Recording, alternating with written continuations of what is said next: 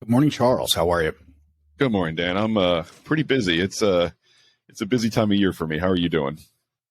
Yeah, busier than busier than I expected to be as well. So, Yeah, um, yeah. Usually yeah, part of this that is week my own between fault.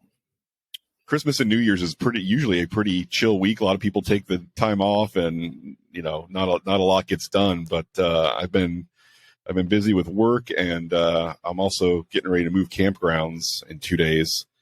And so yeah, by the time this comes out, I will have already moved to the new spot. And moving an RV is not like moving a house. Obviously, you don't have to box up everything and take it into a moving truck and blah blah blah. But it's not nothing either. It does take some time and effort to get a place that has been still for 3 months ready to go on the highway. And there's a lot of stuff that can be bumped around and banged around, and things need to be secured. And so I'm working all day today and all day tomorrow, and then Sunday morning we're moving. Between my girl and I, we're moving 2 RVs and 3 cats and 2 passenger cars, and it's a bit of a production to make all that happen. What's your technique for that? Because I mean, you've moved a few times. I mean, even in the last year since we've been doing the podcast. So Yeah, I was curious. Do you have like a checklist of stuff that you kind of go through to say, all right, look, I've got this here, I got that there, I got to check this, got to move this, or do you just kind of do a couple of once overs in each area and just hope that you catch everything? yeah. There's some stuff that I'm kind of willy-nilly on, and there's some stuff that I'm a little bit more. I mean, when it comes to actually getting it on the road and making sure that the hitch is secure and the safety cables are secure and stuff like that, then yeah, there is a internal double checklist. I don't have anything written out, but I know the things that what could really do some damage if I don't get this right, and those I focus on pretty heavily. The rest of it is more of just, looking to make sure there's nothing out and on counters that if it fell off, would it break? If it bumped into something else, what kind of damage would there be? Stuff like that. And then after the last move, I did go out and I bought a lot of bins at Target, so that inside my cabinets, everything is pretty much in a bin now instead of just sort of sitting on a cabinet shelf. And so the shifting around, there's still, I do have bottles of olive oil, bottles of avocado oil that are made out of glass and stuff like that. I have to take a little bit of care to make sure. And, I've got a magnetic, one of those magnetic wooden knife boards where I just stick my knives up on, and I can't just leave those there. They can't just stay there. So, I have my fancy coffee maker that I make a lot of coffee and rely very heavily on. So I baby that when it comes time to move. And then generally I just, in addition to closing all the cabinets, I get some of that blue painter's tape, and I just put a crap ton of that all over the cabinets to tape the doors to the actual body of the cabinet, so that if something does jostle and hit against the thing, it's not going to be enough to actually open it and spill anything out. So, and I'm moving very close. I think it's only about 12 miles down the road to a place I hope I'm going to like better. So I'm still at the level where I can just very inexpensively rent a U-Haul pickup truck and put my ball and hitch on that, and then use that to move, and then deliver them back their truck 24 hours later for $40 or $50. And before I make any big moves, that doesn't make sense when you're moving, into another state or something, because the per mile rate just gets cost prohibitive. And so before I do any out of state navigation, I'll be saving up and buying something so that I won't have to rent a U-Haul or an enterprise truck rental in the future. Yeah, I mean, that's a good reminder for me as I'm driving on the highway, sometimes stuck behind an RV or a camper that might be moving a little bit too slow.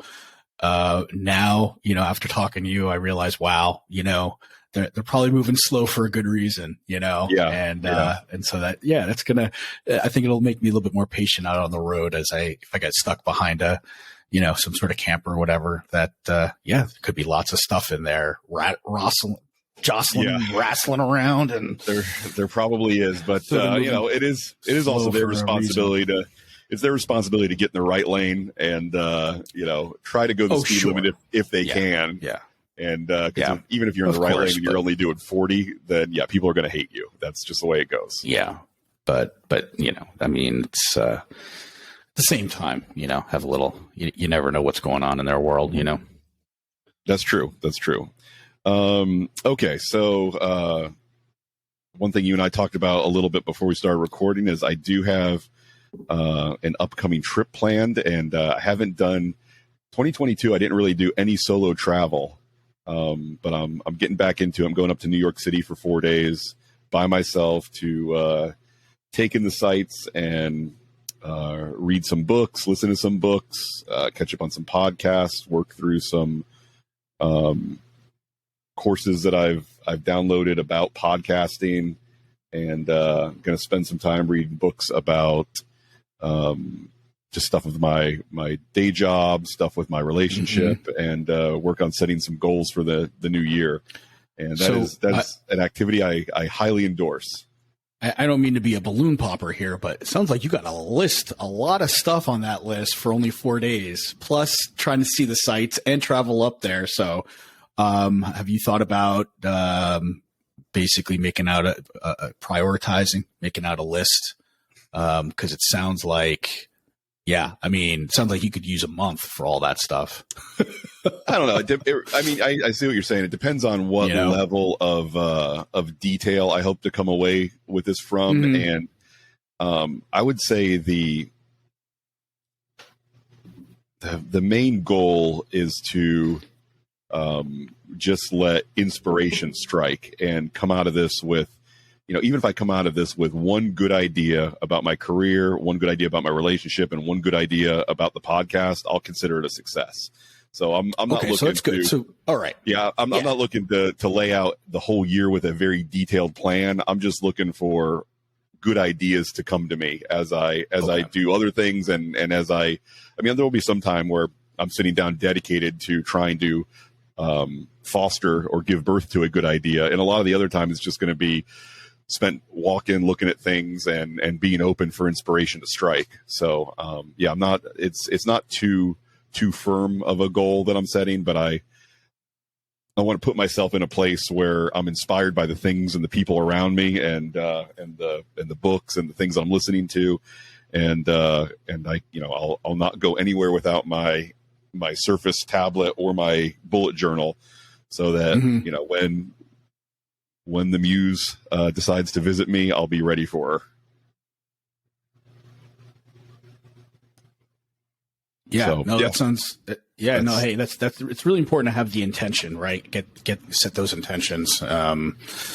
Otherwise, I know I tend to squirrel out, right? Just kind of, especially in New York when there's so much to see and do and everything else like that. I know that's one of your favorite places, so just wanted to be a little bit of accountability partner here and just kind of say, hey, look, that's awesome. But definitely, set those intentions ahead of time. And I'm a little bit different from other people. And I'm you're telling me. I'm thinking in particular from, you as well, but I'm thinking of my girlfriend and Rob, where like I can go to another city and have a lot of cool things on my list that I would like to get done.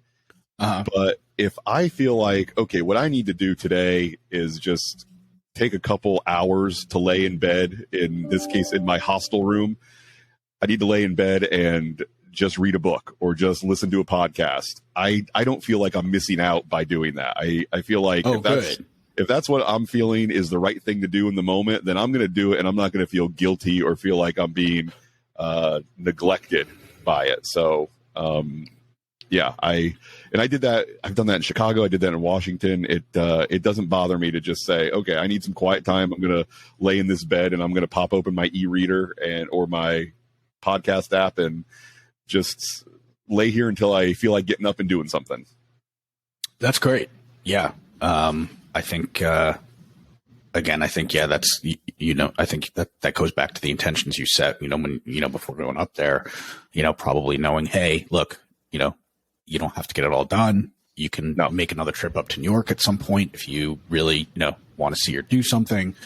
And you've been there quite a few times already. So I feel, it sounds like you're really on track here. Yeah, I do find both very rural settings and very urban settings to both be uniquely inspiring. And so I like to spend time in both of those. And New York I find to be an inspiring place for coming up with ideas. And what also doesn't hurt is my round trip airfare for this trip was $77 out the door. Wow. Yeah, that's fantastic. I'm flying Frontier up and Spirit back.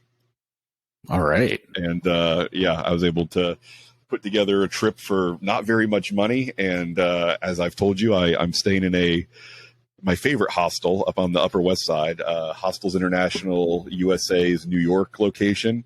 And I believe that one set me back $114 for 3 nights. That's insane. Wow. Yeah. And that's for a 4-man dorm instead of a 12-man dorm, which is what I did last time, because I just playing the odds. If you're in a smaller room, the chance that you're going to have somebody who either stumbles back, drunk and turns on all the lights in the middle of the night, or is a loud snorer, or, dies in the middle of the night. I mean, all the bad things that could happen in a room full of strangers are lessened when you lower the quantity of strangers. So yeah, it's all about risk reward. Yeah, exactly. Absolutely. So I'm paying a couple bucks, literally a couple of dollars extra per night to be in a little bit smaller room. Wow. And there's sometimes where you get one of those small rooms and you'll have it completely to yourself. You'll essentially be in a private room just because nobody else decided they wanted to pay the extra money to be in a 4-man room instead of a 12-man room. So there's a chance I might just have one other guy, or I might have no other guys in there with me. And in which case it's really a value. Like that one time I took a cruise and I paid for an interior room and I got bumped up to a balcony. Wow. That's a good day. That is a good day. And not a good day for my ex, because now every cruise after that, I was like, we're not going to waste money buying a balcony. Let's just roll the dice and get the cheapest room we can. Maybe they'll bump us again. Mm-hmm. So it's hard to sell me on paying for a balcony when that happens to you one time and you think, okay, now it's just like gambling. Now I'm a winner. Yeah. I mean, what was I listening to the other day? Some podcast, I think, might have been, I've been listening to Dr. Peter Attia's podcast. Oh, yeah. Also, Drive, I think it's called, something like that. So, he's similar to Huberman, a lot of really good science-backed, performance for, both physical and mental health and stuff. And, I think he was talking to somebody about, it might have been actually Atomic Habits. So, James Clear, who wrote that, and he was interviewing that, and I was, just trying to bone up on habits a little bit. And, he had said that that's one of the things that leads to addiction with like gambling addiction is, and like slot machines, is that you win about half the time. And, if it's less than that, it's not quite as enticing, right? If you're not winning quite as much.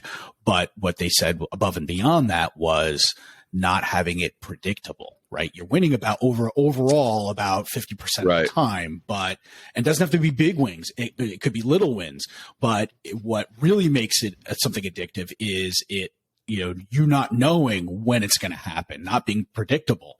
And they simulated that study with rats and sugar water as well, in terms of when they would they put their nose through a little hole in a maze, and then they sometimes 50% of the time they would get the little sugar water treat, and 50% they wouldn't. But these rats became, they ended up poking their nose through this hole. I think it was something like 3,000 times in an hour. And they said the average person who pulls slot machines, it's about 800 times in an hour. Wow. And so, we're not rats, but we're not far from that in certain capacities, So, I thought that was very interesting. There's, regarding habits and addictions and things, There's another thing I learned about when I was doing a lot of research, post breakup, where I one of the reasons that couples that break up often get back together is something called the fading effect bias, which as humans, we have a tendency to look backward at things and remember them as being better than they actually were. So when you go to that trip in Vegas and you lose all that money and you spend all that time at that slot machine, I mean, 2.5, 3 hours without a single win, but you get that one, you know, what feels like a big win. That's what you remember when you get off the plane and you've gotten home. And the longer it goes, the more your brain remembers the positive and just completely forgets about the negative. And, yeah, in a way, I mean, it's, you know, it's a healthy self-preservation thing. Yeah, exactly. Sure. So you're not, you know, walking around, you know, depressed all the time. Right. I was going to say, think about what depression and suicide would look like if our brain operated in the opposite way. If your brain reinforced all the bad things that happened to you and forgot about the good things, we wouldn't be around anymore. We'd have killed ourselves. I agree. At the Paleolithic age. If humans wouldn't exist, probably not. I agree. Yeah. So, but at the same time, so that's why it's sometimes good to, you know, to journal and to write out, you know, to write things out. So you have a little bit more of a fresh memory, and you can, you know, write out both the good and the bad. And sometimes, you know, not necessarily need to, you know, dwell on the bad, but there's definitely some lessons to be learned from it. Yeah. That was one of the things that was mentioned by, the guy that wrote, the book on bullet journaling. What was his? Oh, Ryder Carroll. Yeah. He wrote, when he was in a relationship, he started using the notes section of his bullet journal to keep track of how the dates were going. And then at one point, fairly early on in the relationship, she decided that she didn't want to see him anymore.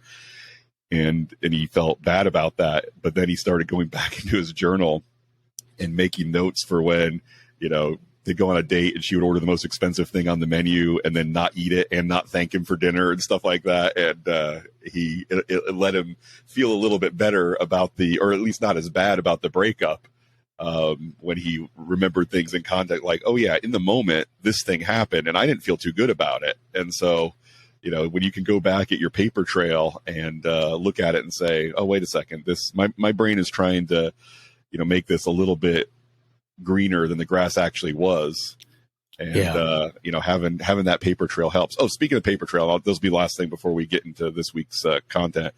Got a new bullet journal for 2023 got it at Hobby Lobby about a week ago. And it was 40 or 50% off. And so this guy ended up only costing me like $5.50. And so if you're into bullet journaling and you're looking forward to starting the new year with a new one, and you got Hobby Lobbies around, you know, with all that money they save on not buying birth control for their employees, they're able to pass along some hearty discounts to us bullet journalers. And so that's an official bullet journal? No, it is not official. It is just a book with dotted pages, and the quality is not as high as the official ones are by any means. But, you know, look, I am always open to the possibility that I might start setting up a new bullet journal and then decide, screw it, I don't like the size, or I don't like what I did with the first month or whatever. I'm going to toss it in the garbage and start over. And so if you're only dropping $4 or $5, that's a lot easier to do. You don't feel like you're so invested that you can't decide, all right, this is not for me. I want to start over with a different size or a different whatever. But I actually like this one because it's got this little button on the front that the clasp is a little elastic, almost like a lady's hair tie, and that gives me a good place to store my pen, where I just put my pen here. Yeah, that's nice. Go right around it and put it on on the little button there. And it's also like a wicker thing, so it's a little interesting to feel instead of just the fake leather that most of them are. And so, yeah, I'm getting it all set up for January 1st. Drawing a lot of lines and making, you know, putting in all the details of my January New York trip. And it's, good deal. Hobby Lobby. Don't know for sure if they're still on sale, but they were last week. Oh, that's great. Yeah, I know they rotate every 2 weeks or something with different things that are on sale. So if it's not on sale when you go now, wait 2 weeks and go back and check it out. Maybe maybe it'll be on sale then.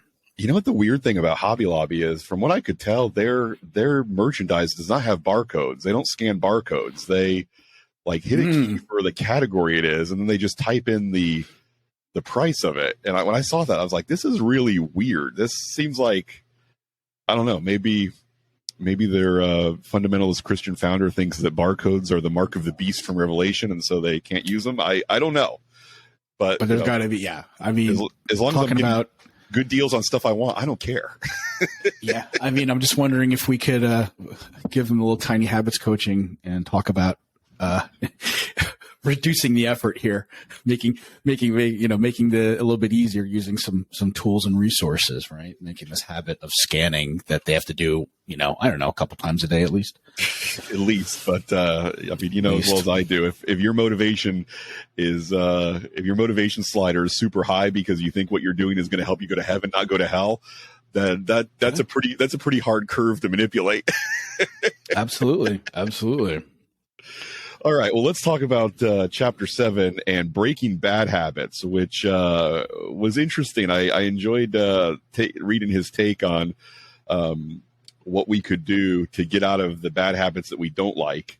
And, it's hard to sit on the idea of calling habits bad. Habits are just habits. One person's bad habit could be another person's really good habit. I mean, there's probably people out there who think for example, red meat consumption is a bad habit that they need to roll back on, where there's others of us who think, I need to add more red meat to my diet because that would help me, attain my goals. So habits may not, it's hard to convince me that, a habit is intrinsically bad. It's just bad for you. And we'll talk about it a little bit more. Go ahead. Yeah. I think a better way of describing it would be wanted versus unwanted. Yeah, I agree. Yeah, I like that. Absolutely. One of the so he opens up with a story of a gal that I really resonated with me. This gal was in like super sugar overload. I mean, she was out of control when it came to her sugar consumption, which I get. I completely identify with that. But I mean, she was literally, eating a pint of ice cream for dinner, and I've been there, and that is, again, not to say that's a bad thing to do. I wouldn't say that's an immoral thing to do. There's ways you could structure your life and your exercise and eating habits where if you want to do a pint of Ben and Jerry's at night for dinner, you can do that. I'm not going to tell you that's wrong, but in her case, it wasn't working for her. She was using it as a response to some grief at the loss of her mother, and she had goals of running marathons. And if you've got that kind of stuff going on in your life, then yeah, killing a pint of ice cream for dinner probably isn't the thing that's going to help you get where you want to go. Yeah. Yeah. And I think she was also, a radio show host, and had an autistic son. So, I think, she had a full plate, and, she needed energy to handle everything. And the issue is, it's kind of tough because the sugar gives you that energy, but it's a very quick blip of it. And then there's the crash afterwards. And so it becomes addictive because then it's kind of like, all right, you're getting stuff done, but just barely. And when you're doing it, you're trudging through, it's tough. It's not a real smooth process of getting stuff done. And so, yeah, that up and down in terms of energy level and clarity. It's not a fun life to live. Yeah. And the thing is, I mean, if you're managing your energy level with sugar, which is possible, you can do that. But a negative consequence in my own life and everybody I know who has used, the candy bar or the cupcake as a way to manage their energy, to manage it enough so that you're not constantly crashing, you have to eat enough sugar that you're going to get fat or diabetes or both. That's a great point. Exactly. From the time you wake up at 6 a.m. till the time you go to sleep at 10 p.m., if you're managing your energy level all day with sugar, you're going to become an obese person, or at the very least have other health related consequences that you probably don't want. Yeah. And then the ironic part is, it's you're doing these quick fixes now to manage your day and your energy levels. And unfortunately, the long-term consequence of that is, when you gain weight and you get diabetes, now you're going to have more to manage, because now you're going to have to take medication. Now you're going to have to manage.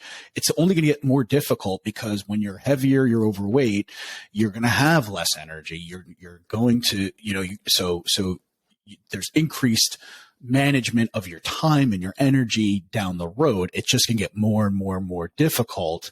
And so it's easy now, but it's more difficult down the road. Whereas doing something that is a little bit healthier typically is a little bit more difficult up front, because also you're not getting an instant reward. You're not getting, an instant fix, and that, Right. Where you would be from sugar. That's the same case in any type of quick fix, with whether it's, drugs, right? Like, Yeah. Stimulants and stuff like that, cocaine, whenever you get that quick hit now, but down the road, it's going to be more difficult. You're feeling good now, but you're going to feel much worse down the road if it keeps going, versus, having, saying no now and doing something healthier. You're not going to get that quick reward and that quick feedback now. Right. And that's the whole principle here behind Tiny Habits is the immediate good feeling that you need to hack your brain with when you're doing these habits, because you need to that's the way we're wired. It's unfortunately, right? We are going to remember the things that make us feel good immediately, that make us feel good right now, and not necessarily, a longer term win down the road. So I think that's part of the reason why he's really focusing on helping yourself figure out how to celebrate and create these emotions, so you make yourself feel good when you're doing the habits that you want. Yeah, I had one moment during reading this chapter where I got a little cringy and a little judgy, and I'm curious if you did too, where one of the things, and we'll talk about swapping out, good habits for bad habits, or wanted habits for unwanted habits. But one of her strategies for getting off the ice cream was sugar-free snack bars and also pretzels. And for a minute, I was like, oh, I don't know if this is the best way to go, but it was in line with what she was trying to do. And I mean, the other thing to remember is there are many people who are alive and walking around with us today who got off heroin because they got on methadone or Subutex or something like that. And it's not our place to judge them for, switching from one real rough thing to one thing that's not quite as rough. I mean, it's working for them. They're still alive. They're still walking around. It's not our job to say, no, you should do better. And I fall into that trap. I have that instinct. Yep. When I read that somebody switches from ice cream to pretzels, I'm like, I don't know if that's but it's working for her. It's not my place to step in the middle and say, shame on you. So I totally agree. I was right with you right there, Charles, in terms of what are you doing? Like you're exactly all you're doing.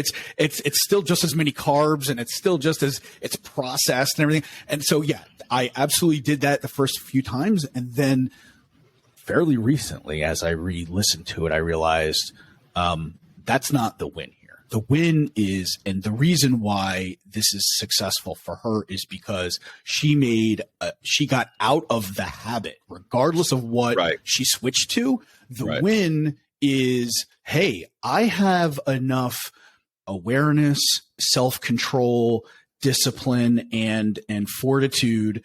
Even though, I mean, ideally, you don't need a lot of that, right? That's the whole process with the tiny habits, making it tiny. So you don't need a lot of that. But the fact that, she was maybe consistent enough to now make pretzels the new habit, regardless of whatever, I mean, even, a different flavor of ice cream, whatever, if she was eating the same thing, I think just looking at just being able to make a change and taking control and being consistent with it, I have successfully done something. And what BJ has mentioned many times is it doesn't matter the size of the win or the size of the success. It's more about having that success and doing a lot of little successes, because that's what's going to lead to bigger changes down the road, is that feeling of success. So if you can look at it as, hey, I feel great, I feel successful because I made this change, regardless of whether it was, for, ice cream to pretzels or whatever, that's the win there. And that's what's going to help, sow the seeds of change down the road as well. So, but yeah, I mean, could she have made a better choice? Yeah. But you know what?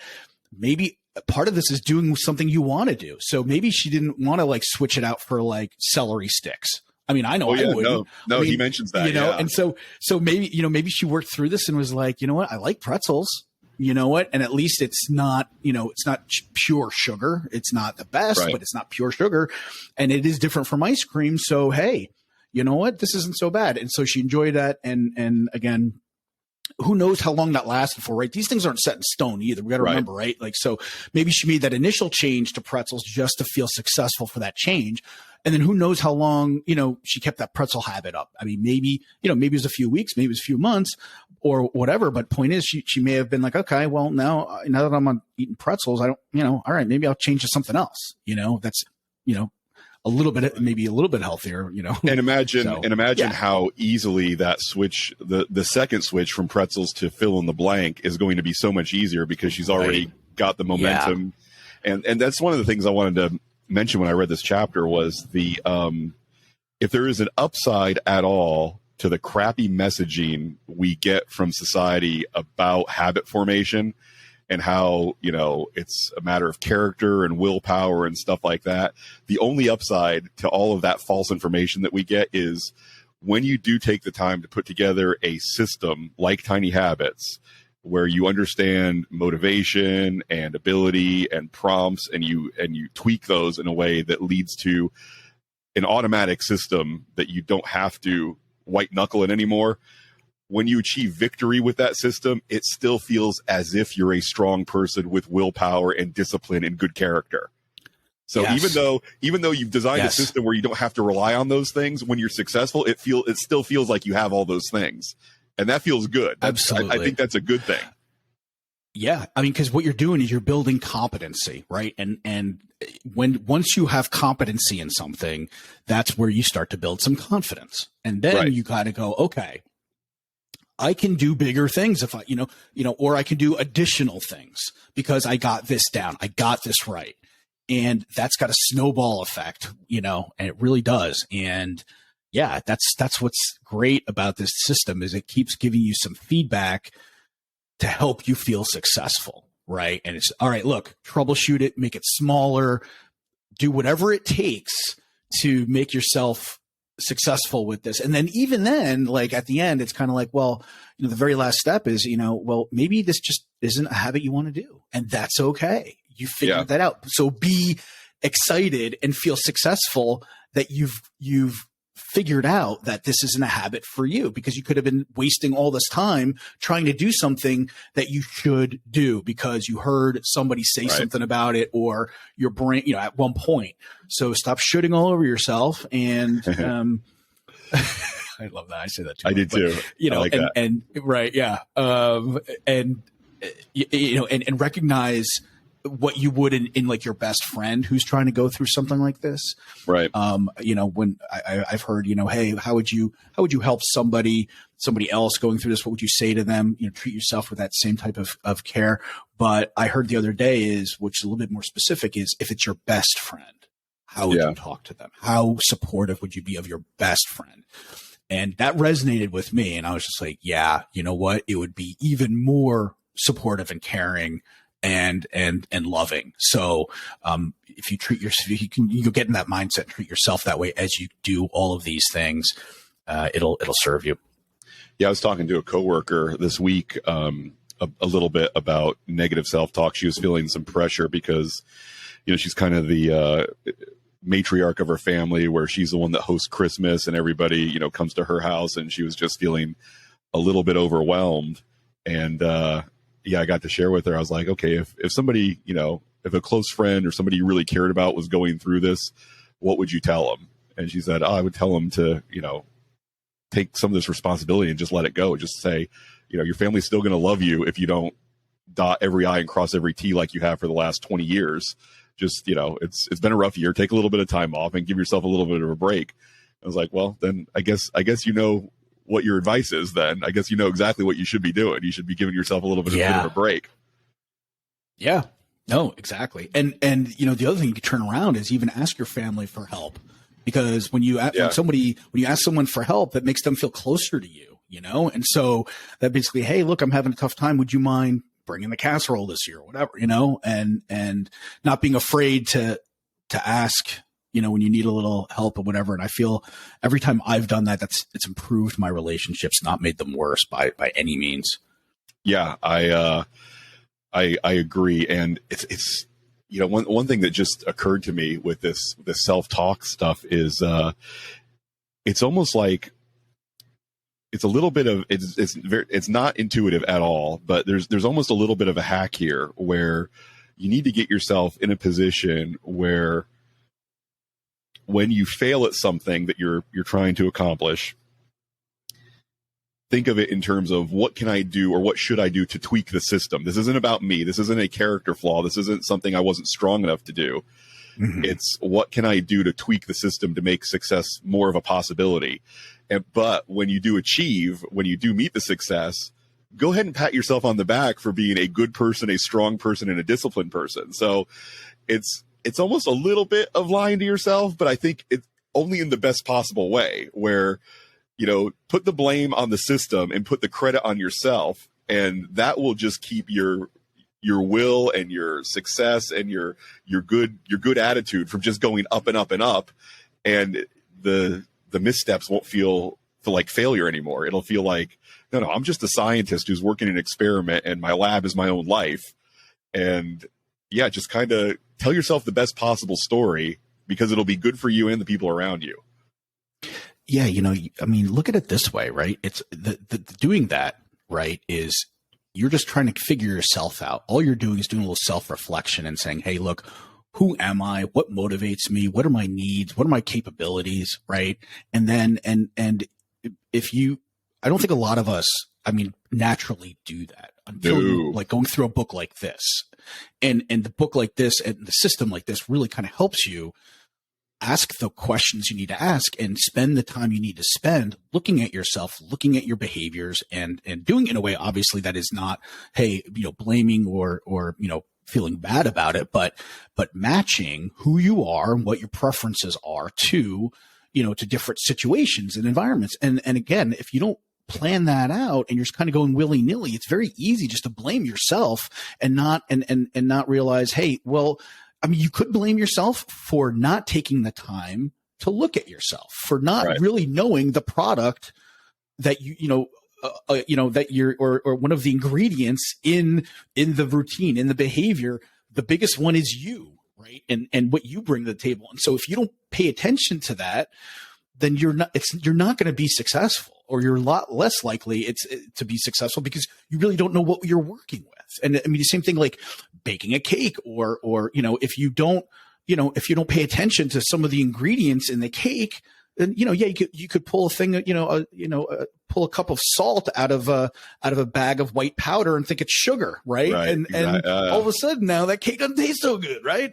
And the thing is, if you don't pay attention, and that's why I really like this, it really helps you kind of pay attention to yourself and get to know yourself really well so that you know what works. And that's something that I've been missing for many years in my life. So that's why I got super excited about this whole process, is it really, and he does it in a systematic way. So you can easily tells you how to look at yourself and figure that out. And it requires some pretty important deprogramming, because I do believe we live in a economic, political, media culture where it seems like the thing to do that makes sense is when you succeed, credit the system, and when you fail, blame yourself, which is the opposite of what I'm talking about, And yeah, for diets and stuff too, and exercise programs, the same thing. Yeah, man. No, exactly right. I think that's good. That's good insight. And I think the opposite is the way to have a happy, meaningful life that has just the right amount of self-transformation involved. When you get something, when something doesn't go right, then say, okay, what do I need to tweak about the system so that getting this right in the future will be easier for me? And when it goes well, say, good for me. I was able to, I wrote this goal down and I put a system in place that helped me to achieve it, but I'm the one that made it happen. Yeah. So one thing I wanted to talk about, and he references this fairly early in the chapter, is that coaching people on breaking bad habits is a bit more complicated than coaching people to generate new wanted behaviors. Because, if you've got a pretty robust fentanyl or alcohol habit, then there's or even an addiction, if you want to call it that, then there you may be limited to what a book or a Tiny Habits coach is going to be able to do to help you with that. So just like he said, I'm not trying to step in and become, a therapist or a medical doctor when, your bad habits are the product of an addiction, a behavior, a disorder, a disease, something like that, then that's a little bit different than, what can I do to stop raiding the bag of chocolate bars at my client that I visit every Tuesday. Right. Yeah. Yeah, for sure. There's a big difference there. And I think he defines them as, there's, it's one of the, an unwanted habit might be a little bit aggressive. I think it was a downhill habit, something like that. And then uphill, downhill, and free fall. Those are the free ways. fall is where you're an addiction. Yeah, where it could be like a drug related addiction, and so this is not meant to, to handle such serious habits where I feel like there would be a physical withdrawal. I mean, that might be a good rule of thumb here. So if you're wondering if you've got right. like a free fall habit, if you think there's going to be a physical withdrawal, that's where you want to get a professional, involved, because there's going to be another factor there that you're dealing with that this book doesn't cover is that the, physical consequences of stopping that habit, right? Yeah, and one of the definitions that I've heard and makes sense to me for where does something become an addiction is if you are experiencing increasingly negative consequences and you want to stop but you can't stop. So life is getting worse. Your job, your relationship, legal trouble. I mean, if that stuff keeps getting worse because of something you're doing and you can't stop doing it, then that's a pretty good indication that you're addicted to something. And, then you have to open up to other things besides probably books like therapy, like rehab, like 12-step programs, things like that. And if you're struggling with those things, I want you to get help. I just, Dan and I can't put on a magic hat that makes us experts at how to help you with that through an audio podcast released every week on Monday morning. Yeah. So, but I appreciate that he made that distinction. And another distinction that I really appreciate that he made is the idea of breaking habits. A break is, in many cases, a one-time thing where he talks about undesirable or unwanted habits more like you've got a rope that's got a bunch of tangles and a bunch of knots in it, and you've got to work your way through untangling every knot. And he also makes a great point. Start with what looks like the easiest knot to untangle, not the hardest one. Yeah. I mean, he says don't use the terminology break because it sounds like it's a one-time action, and that you do this thing one time, and all of a sudden you don't have that urge or that habit anymore, and that's totally not true. One of the techniques that he, besides untangling the easiest knot, it's replacing it with a good habit, right? And so. And part of the process here is kind of works in reverse, where basically when you want to start a habit, you thought of this brainstorm, the swarm of behaviors, where you put that the aspiration right in the middle of the cloud, and then you figure out the behaviors that would lead to that.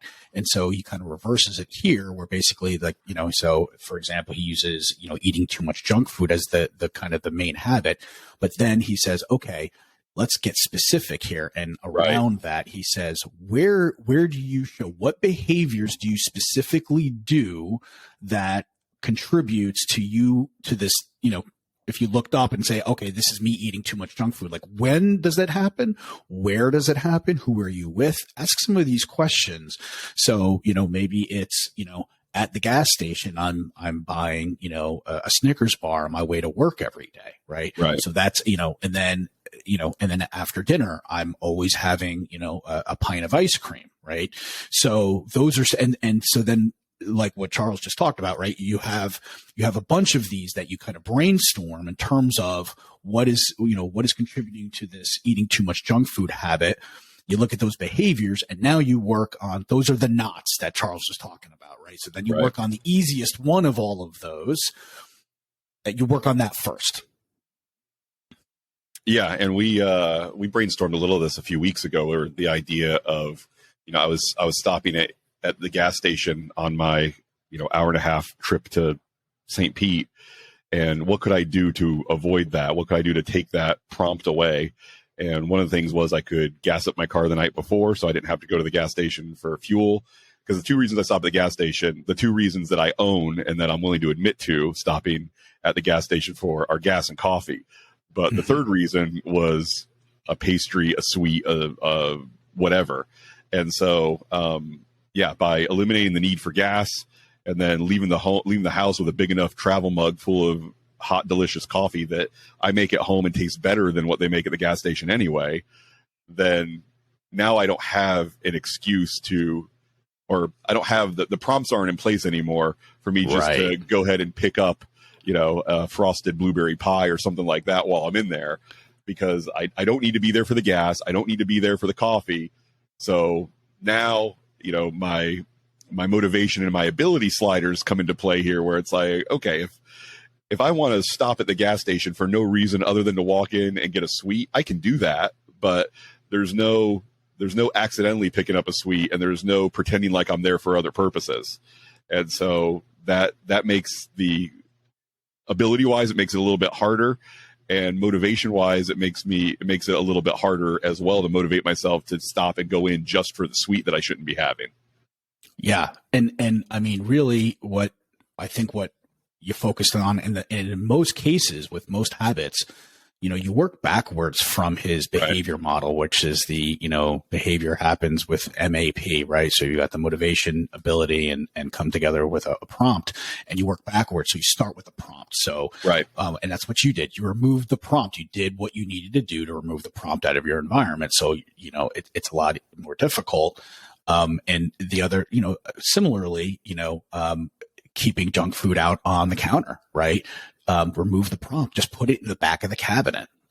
Sometimes for me, what I'll do is I will actually turn the jar of peanut butter. So for me, peanut butter is a kind of a trigger food. I love it. I'll find excuses to eat it. And if I open up a cabinet and I see the label of the peanut butter jar facing me, it's a prompt. And I have had better success simply turning it around, keeping the same exact spot, turning it around. And now I'm looking at the nutrient label and not the actual label that shows a little peanut. Nice. And it's amazing. I feel more, I'm triggered less. I'm less likely to actually grab it. And another trick I had heard, or I guess I don't know if it's a trick, but basically just similarly, if you've got, if you can't get rid of all of the prompts, so if you've got kids and, you can't get rid of all the sugar and treats and stuff like that in the house, you can take, maybe empty the cookies out of the actual wrapper and put it into like a Tupperware container and then put that in the back of the cabinet. Right. And so now you don't have like that, the beautiful Oreo, packaging or the Chips Ahoy, whatever that is, kind of peeking out every time you open the cabinet. So again, removing the prompt is really the low hanging fruit with any type of bad habit. Yeah, the three things to do with the prompt are to remove it, to avoid it, or to ignore it. And those go in order for easiest to hardest and probably most effective to least effective. Most effective is remove the prompt. If you're spending too much time on the Instagram app on your phone, uninstall the Instagram app. If you're spending too much time eating sweets in your house, then get rid of all the sweets and don't buy new ones. So that would, remove, because those, like you said, those wrappers, that packaging is designed to make you want the thing that's inside. Yeah. Yep. And so, taking it out and putting it in a nondescript, effectively cookie jar of some method, some type, is going to take away that all that marketing that they spent millions or billions of dollars to figure out to make you want it so bad.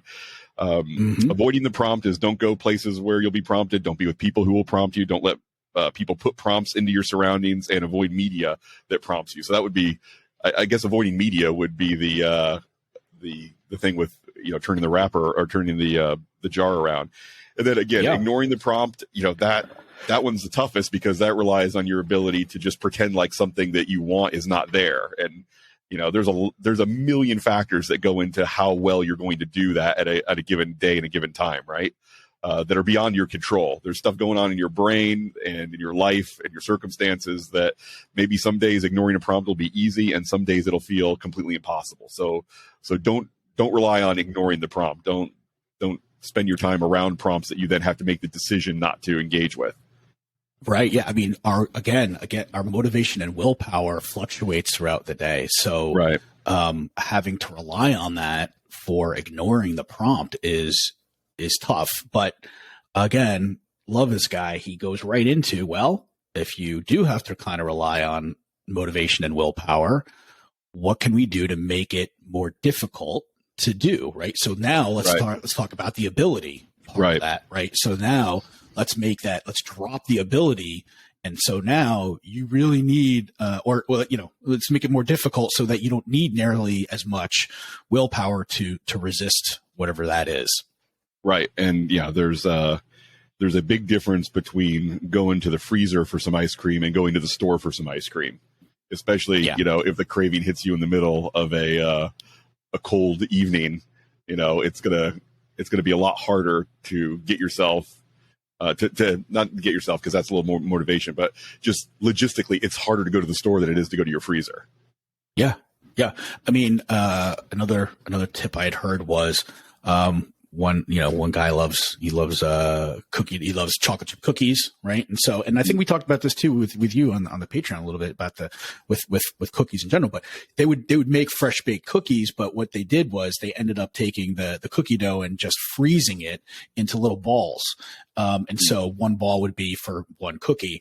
And so when they got it, they would portion it out, make little balls, freeze them, and then what basically they would take out two balls when it came time to have a cookie instead of eating the entire wrapper of the cookie dough. So, he's working there. So right there, it made it more difficult, to eat, all of those, the entire sleeve of cookies or the wrap, the tube of cookie dough, by portioning it out, by freezing it as well. It took a while for it. It took a little bit longer to cook, right? And to bake. And so it really, kind of slowed everything down. And so he, BJ talks about, the specific parts, in the ability chain that you look at, just to get ideas in terms of ways you can make something more difficult in this case. Right.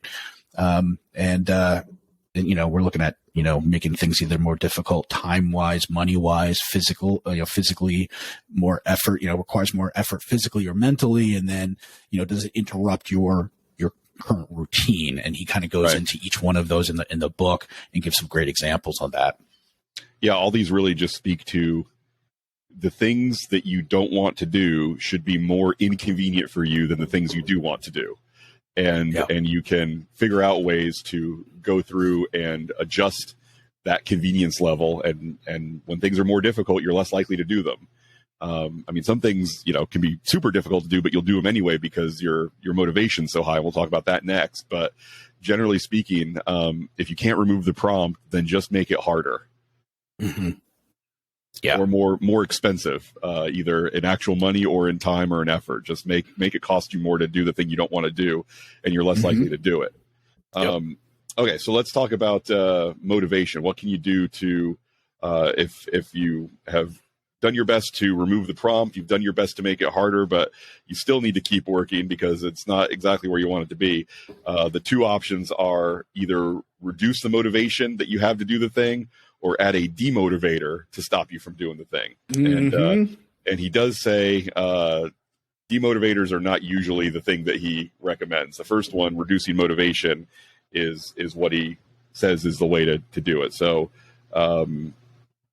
if you are tired of waking up and working the snooze button for too long,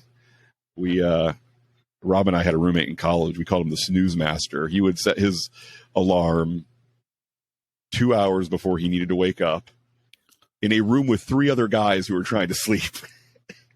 and he would hit the snooze for 2 hours every day before he was willing to turn it off and get out of bed.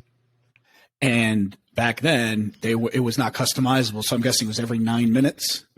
Yeah, what I believe it probably was. Right. Yeah, every 9 minutes, it was right next to his bed, and he would. And how long did this go on for? He was. I think I said I lived with him. I didn't actually live with him. I think Rob lived with him when Rob and I didn't live together. But it was. I mean, he was a guy that.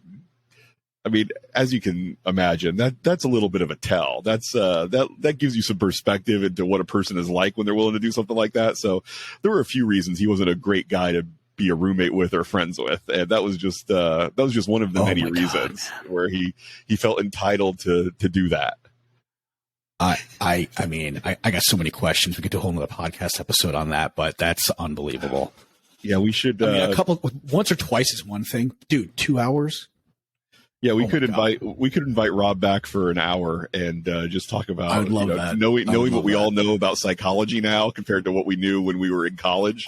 we could do a full episode on this guy and some of his idiosyncrasies. Wow.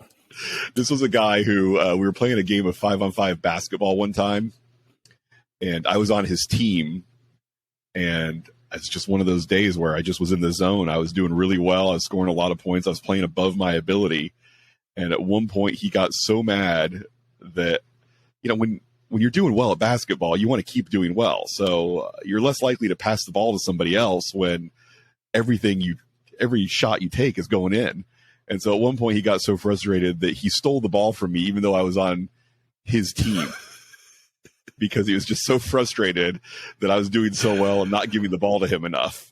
But the team was winning. We were doing great. We were playing, you play that system in college where the team that wins is the team that stays to play the next team. And you keep playing as long as you keep winning. And we were winning because me and one or two other guys, we were having some good games. And he got so frustrated, he stole the ball from me so that he could take a shot, which he then missed.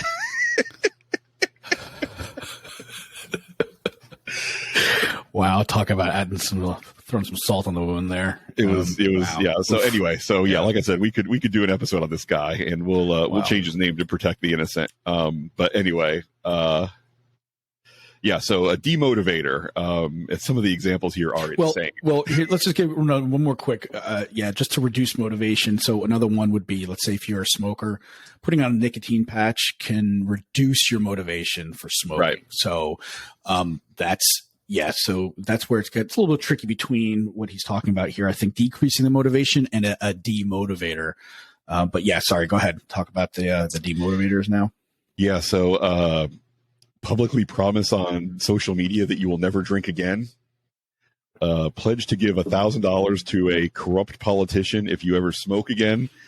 Visualize how miserable your life would be if you continued playing video games all night. Now, the third one, that could result in some negative feelings. The first two, man, those seem crazy to me.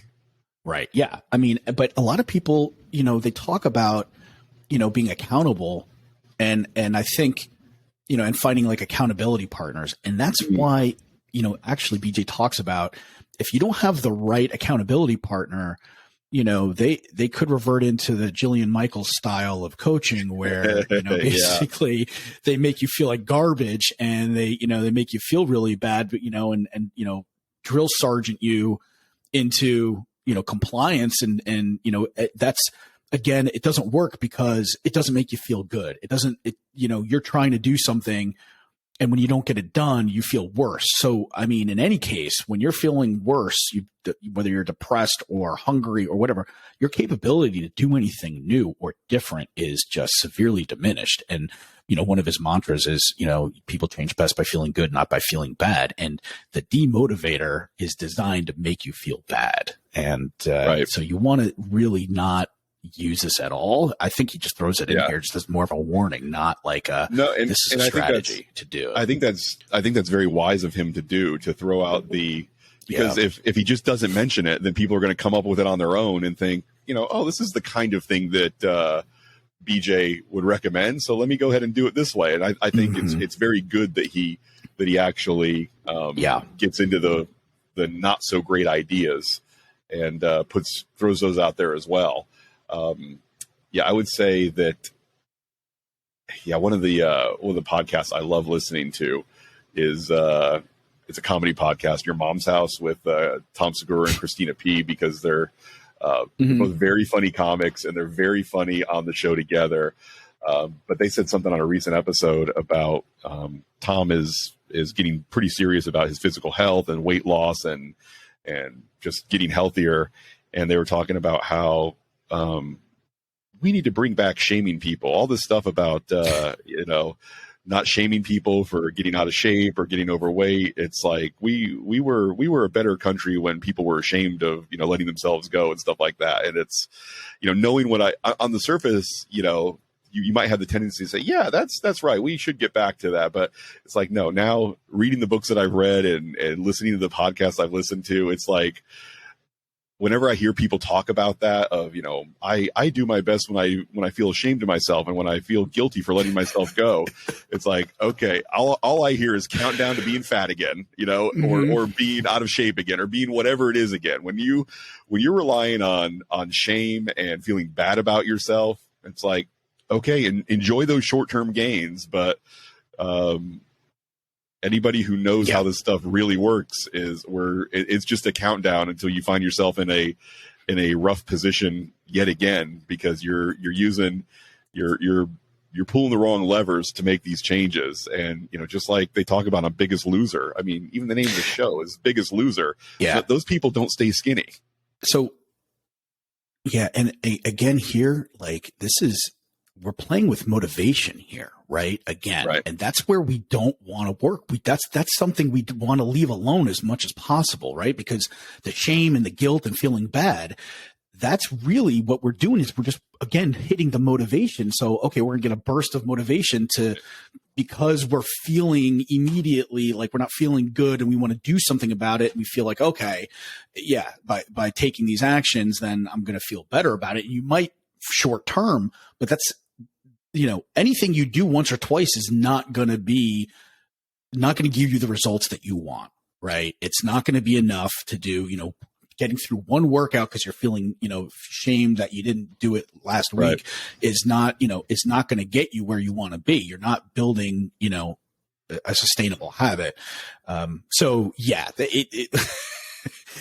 I mean, listen, and that's the other thing too is, the shame that means it's coming from outside of you, right? And I think that's the biggest thing. And BJ talks about this too, is when you choose to do any of these changes, these habits, it's got to come from within. It's got to come from your own desires, not from, information that we're receiving from outside of ourselves, right? The shame, if it's shaming from other people, or the should, or even if it's praise from other people, that's not the right, if it doesn't resonate with you and align with what your own internal goals are, again, we're playing with motivation. All right. So maybe you feel bad or you feel like pumped up from getting, positive stuff from other people. But again, it's not going to last, and it's not going to make those changes that you need. Or want, I should say. I shouldn't say that. I'm throwing a shit out there. Yeah, a few weeks ago, I think it was chapter 2, we covered motivation, and that episode is titled "The Motivation Monkey is a Fickle Friend," and that is very true. He can really light a fire under you, but you'll be surprised how quickly that fire goes out, and it does you little good when it's just a pile of cold coals. And that's why these systems are why BJ came up with these systems and wrote this book, and why so many people have had success with it.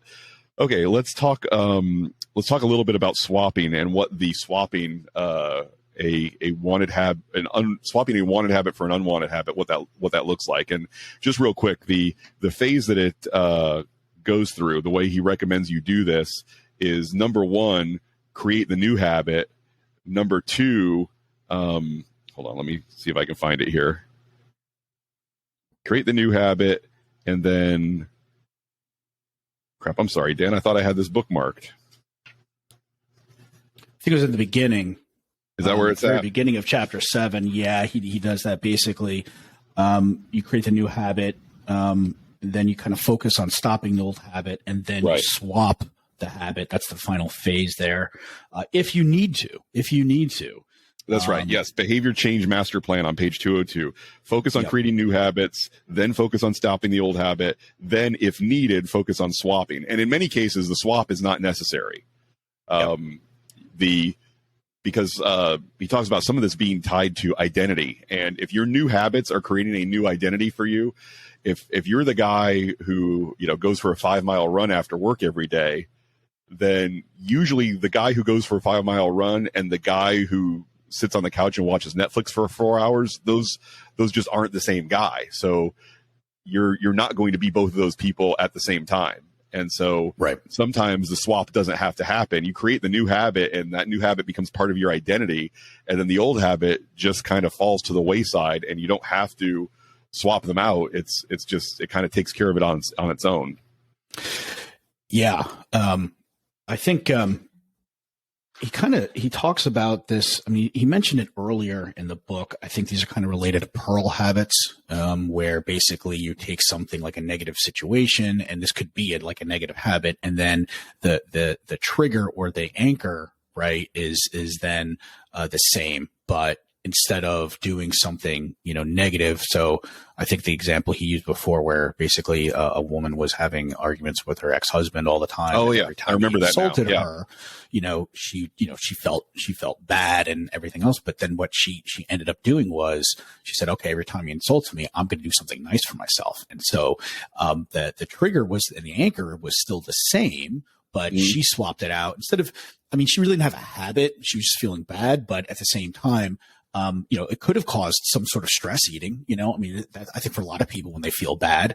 So if you're looking at some of the if you're eating, out of emotions or stress, and there's certain triggers, can consider here swapping it out for something else, something, a more positive habit. But it should be something that you want to do. So maybe instead of eating all that ice cream, you go and have the pretzels or something different, and a lot of times, I think just that change, it makes you feel successful. I was successful at making that change. It leads to other things, and it just kind of shakes loose the grip of that other habit, and it stops you from running on automatic pilot, right? So, same thing. Sometimes you get in a car and you drive somewhere, and you think about something, and you pull in. And you're like, "Oh my God, how did I get here? Like, I don't remember the drive at all." And I think a lot of our habits operate that way. It's just like, I'm stressed out. I'm just going to eat this, and then before you know it, your Happy Meal or your Big Mac's gone, and you don't realize it. And so, I think, again, it just comes back to just making us a little bit more aware of how we operate as human beings in our own worlds. Yeah. And it is hard to keep track of the way that we actually are versus the way that we think we are, the way that we are supposed to be. And that's, again, that's why you and I take so much value out of these books where people, spend their time and their lives, their careers figuring out. And the ones that are the most exciting for me to read, and I think you're on the same page, is the ones that kind of not just buck the conventional wisdom, but buck the conventional wisdom with really good research and really good arguments to say, hey guys, here's why we all used to believe this thing. And here's where we researched it, we experimented, and we found out it doesn't really work this way. And so why are you tying yourself to these thoughts of the way things are supposed to work or the way things used to work when we have new science that says, no, it doesn't really work that way. And now we know that. Yeah. The diet and exercise space is full of that because we got, for whatever reason, whether it was, people who had, their own motivations to kind of work the system and, line their pockets or develop influence or whatever, or they just didn't know any better and they were doing their best and they were just wrong. That's whatever the reason is, we came to a lot of conclusions a long time ago that weren't right, and we're still living by the old pattern, the old instruction manual.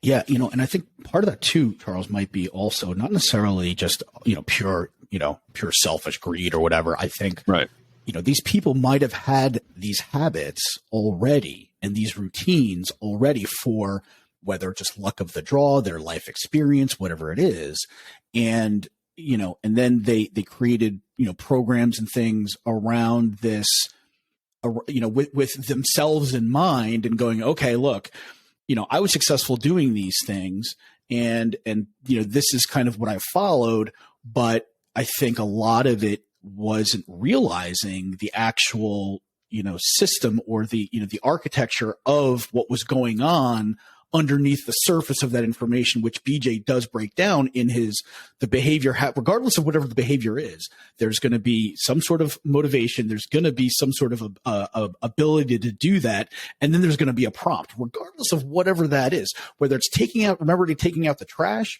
or whether it's, eating a pizza every Sunday. There's, all of those things can be, you look at the model. And so I feel like, a lot of the stuff that almost, a lot of programs have good information, whether it's, diet, exercise, whatever that might be, but they're not really good at teaching people how to do those new things. Those other people, they may have had trial and error trying to figure out, and they didn't get to do those things or figure those out, for many years. And once they did, they started to make progress, but they're focusing then on, again, the content and not how to do those, how to get to the gym 5 days a week, how to, and spend an hour there, how to stop eating all the processed food or sugary stuff and eat clean and make it taste good and enjoyable, right? Rarely, I think, do most people take you, to that, because again, it's all that, like, what we talked about, the go big or go home mentality. So It's just like these little things don't seem significant, and it could be tough if you don't have like the mental fortitude to realize, hey, I need to start small and be consistent, versus I'm not getting any results right now because I'm not going big here, right? I'm not losing as much weight, or the measurements aren't changing right away. And then then you get discouraged and you give up. And I've been there. I've tried so many, being, in the nutrition space for, most of my life. Yeah, I've tried so many different Zone and Atkins and low carb and high carb and low fat and different cardio and so and I think that's the one difference maker I really like about this. It's how, it's not just why. Yeah, and really, I mean, one could easily make the argument that the absolute bottom of the how to live a productive adult life lesson, the bottom of that pyramid that is being should be taught to us in school is, how do you develop habits? How do you decide that something's not working for you and change to doing that thing another way? But instead we learn how to square dance in fourth grade. Instead of, right. Yeah.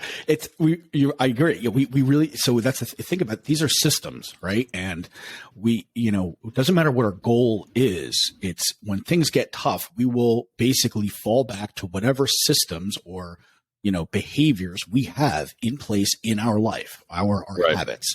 So this is really learning how to build the systems that we want to, get to the point of where it's just, it becomes, this is my identity. This is who we are. This is who I am. And these are the habits that I have because this is who I am. And so when the fit hits the shan, and you're on your worst day and you're sick or whatever, you at least still have these basic systems in place, so that, I feel like you continue to move forward, and you don't, you don't untangle everything and give up and change everything that you've been doing that's brought you to where you are. Yeah, because on your bad days, I mean, generally short of a fantastical story, like when the Joker tortures Harvey Dent to the point where he turns him from a good guy into a bad guy. But short of that, on your worst day, you're still you, and you're not going to just start doing behavior that is completely antithetical to who you are, who you identify yourself as. I mean, when I get really sick, I don't decide I'm going to, kick puppies just because I'm having a bad day. Right. And so it's so important to build that identity on your good days so that on your bad days, you can still be comfortable with who you are, even though you're operating at 20% of what you can usually handle or accomplish. And so, the question is, how do you build that identity on the good days or even the mediocre days so that on the really bad days you can still be the you that you want to be? And the answer is books like this. Yeah, for sure. And being patient with yourself and realizing this is a skill set that you're learning, and this is not something that is often taught, by anybody. You have to seek this out on your own. And speaking of identity, I heard a great way to think about this that might resonate for a lot of people is, you have two different people and on the street, and one person, somebody comes by and says, "Hey, you want a cigarette?" And there's a difference between somebody who goes, no thanks, I'm trying to quit, versus no thanks, I'm not a smoker, right? Right. And so the person who is just trying to quit they still think of themselves as a smoker, right? And that is going to be a little bit, right? It's going to be difficult, to really kind of resist getting that cigarette. Whereas somebody's like, no, I'm not a smoker. Willpower isn't there anymore, right? You don't have to rely on willpower, motivation doesn't matter. My identity is that's the goal is you want to get to that point is my identity is I'm not a smoker, so I just don't smoke. And so whatever you want to become, that's, I think the ultimate goal is that's where you want to get to. Yeah. I've joked around with, numerous employees at the front desk of hotels that I've checked into where, they're like, okay, just initial here so that you understand that there's a $250 cleaning fee if you smoke in the room. And sometimes I'll just say, I'm 45 years old. I've never smoked a cigarette in my life. I doubt I'm going to do it for the first time at a La Quinta Inn in Clearwater. And they usually think that's pretty funny. Some of them probably think it's obnoxious, but they laugh anyway. I refuse to put my initials on this. I'm a man of principle. No, I just go ahead and initial it anyway. I'm happy to do that. Very kind. I gotta make a wisecrack too. All right, Dan. I think we've covered quote unquote breaking the bad habits enough. Mm-hmm. Next week we'll talk about how we change together, and I'm looking forward into this. Talking a little bit about the interpersonal dynamics when it comes to creating or leaving behind habits, and what that looks like, and how this journey affects others or interoperates with others. Yeah, it's great. You get to figure out how do you manipulate people to be who you want them to be, how you can make other people change into what you want them to. It's fantastic. Excellent. I could use some of those tips. I look forward to that. BJ would definitely take quite the villain turn if he decided to go that way in chapter 8. I think it's more about kind of helping people do what they already want to do. So it's not necessarily changing them into what you want them to do. But I think it help. I think it kind of helps people. Really, that can be. Again, this is for doing this is for good and not evil here when it comes to helping other people change. Yeah, look, I mean, having someone you're close to that wants to change and or has expressed dissatisfaction with the way things are currently going, offering your assistance or help is not an easy field to navigate, I would say. No. It's very easy to get into that and do it the wrong way. Far easier to do it the wrong way, I would say, than to do it the right way. So I'm excited to read some of what he has to say in chapter 8. I haven't done chapter 8 yet, but I will be doing it during this next week, and it's exciting to get into. I think you're going to find a little surprising in here because it is also for people who aren't aware that they need to change. Interesting. And it kind of, so there's different approaches here where you can kind of, he talks about, like a ninja approach or like kind of a leadership approach. And the ninja approach is where you kind of sneakily start kind of helping people change who may not be aware of it or may not be, that might not be on the top of their mind to actually change, or not necessarily they don't want to, but they haven't. And if you were to say, hey, I think you need to change, there's no easy way to do that with some people, right? Right. but he does talk about ways that you can kind of create an environment where you can help someone take that initiative. You're making it easy for them to make a change that might be healthy and healthy for them. Interesting. So that's why it's great. I really like it. You've got my curiosity piqued. I look forward to listening to him read this book and read this chapter in the next week. All right, cool. All right, I think we're good for now, Dan. We went a little long, but it's good stuff, I hope, and I think it is, and that's all that matters. So we'll do it again here soon. Sounds good. All right, man. Have a good weekend. I'll talk to you soon. You too. Take it easy. Bye. Yep. Bye.